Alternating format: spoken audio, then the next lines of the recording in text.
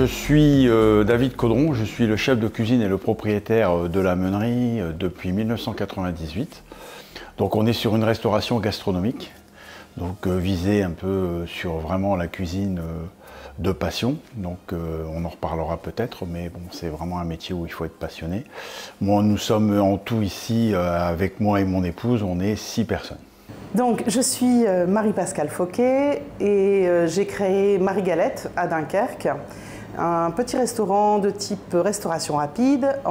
C'est une crêperie en fait, galette, bretonne, mais qu'avec des produits en circuit court, des produits de l'arrondissement de Dunkerque. On est 5 actuellement à travailler ici. Je m'appelle Alexandre Vollerberg, je tiens le petit journal depuis 1991. On est sur un type de restauration, je dirais, traditionnelle, brasserie améliorée, conviviale. Nous sommes 4 salariés et j'ai 3 apprentis. Un apprenti en cuisine et 2 apprentis en salle. Alors moi, je veux faire ce métier depuis l'âge du CM2. Donc c'est un peu ma grand-mère qui m'a fait un peu goûter à cette cuisine, parce que c'était une cuisinière à son niveau, hein, bien sûr, mais donc depuis l'âge du CM2, je veux faire ça et j'étais déterminé à le faire. J'ai une grande carrière de restauratrice derrière moi, avec 2 autres restaurants. Des restaurants de type brasserie traditionnelle, mais aussi un bar à soupe, qui était aussi de la restauration de type rapide dans les années 2000. Mon but étant de revenir vraiment à la restauration, mais sur une formule plus simple, plus originelle, c'est-à-dire avec des produits frais uniquement en circuit court. Plus jeune, j'ai vu mon papa qui a changé de métier pour se tourner vers la restauration, et puis j'aimais ça, donc tout jeune, j'essayais de lui donner des coups de main sur la plage pour travailler en terrasse, etc. Et j'étais donc pour ma part destiné à faire ce métier. Alors, ce métier, c'est un métier aussi bien, bon déjà dans la restauration rapide, on est souvent équipier polyvalent, c'est-à-dire qu'on travaille aussi bien en cuisine qu'en salle, ça veut dire qu'on a un contact avec la clientèle et donc un retour direct sur ce que l'on sert, ce qui est très agréable dans ce métier. Bien sûr, c'est le bien-être que l'on peut apporter aux clients à travers la nourriture, à travers le bien manger. C'est un métier où on travaille quand les autres se reposent, c'est quand même un grand mot là-dessus. Après, comme je vous dis, il y a plusieurs types aussi, comme vous parliez de style de restauration. Bon, moi, c'est du gastronomique, donc comme je dis, l'avantage qu'on a, c'est qu'ici, c'est un métier où il faut être passionné. Donc, on apprend beaucoup de choses dans ce métier. Simplement, pour vraiment le faire, il faut vraiment être passionné. Je dis toujours ce mot-là parce que c'est ça, c'est la base. C'est un beau métier où il y a du boulot, c'est un métier où on peut s'expatrier, qui est reconnu dans le monde entier si on aime voyager, si on aime différentes cultures. C'est un super métier, c'est un métier difficile, on travaille quand les autres s'amusent.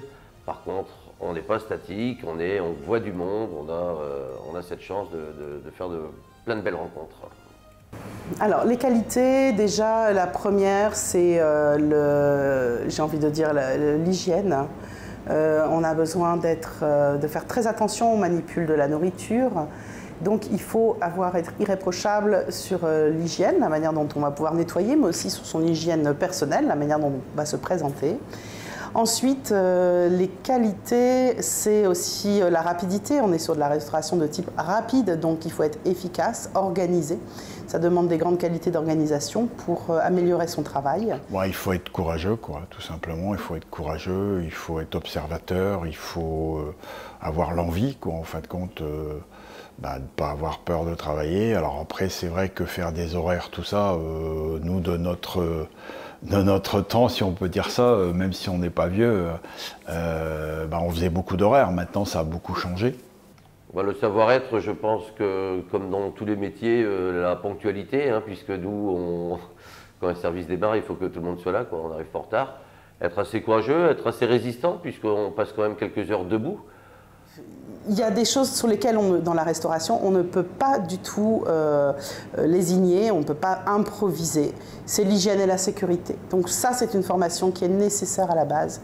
Il faut absolument connaître les lois, les règles, le fonctionnement de tout ce qui est hygiène et sécurité. C'est ce qu'on appelle l'HACCP. La restauration de type rapide, je pense, nécessite quand même une petite formation à la base pour la manipulation des aliments, pour connaître quelques raccourcis, on va dire, dans le métier pour gagner en efficacité. Notre métier, l'idéal, c'est l'apprentissage. Moi, je suis à 130% pour l'apprentissage, au moins vous apprenez sur le terrain.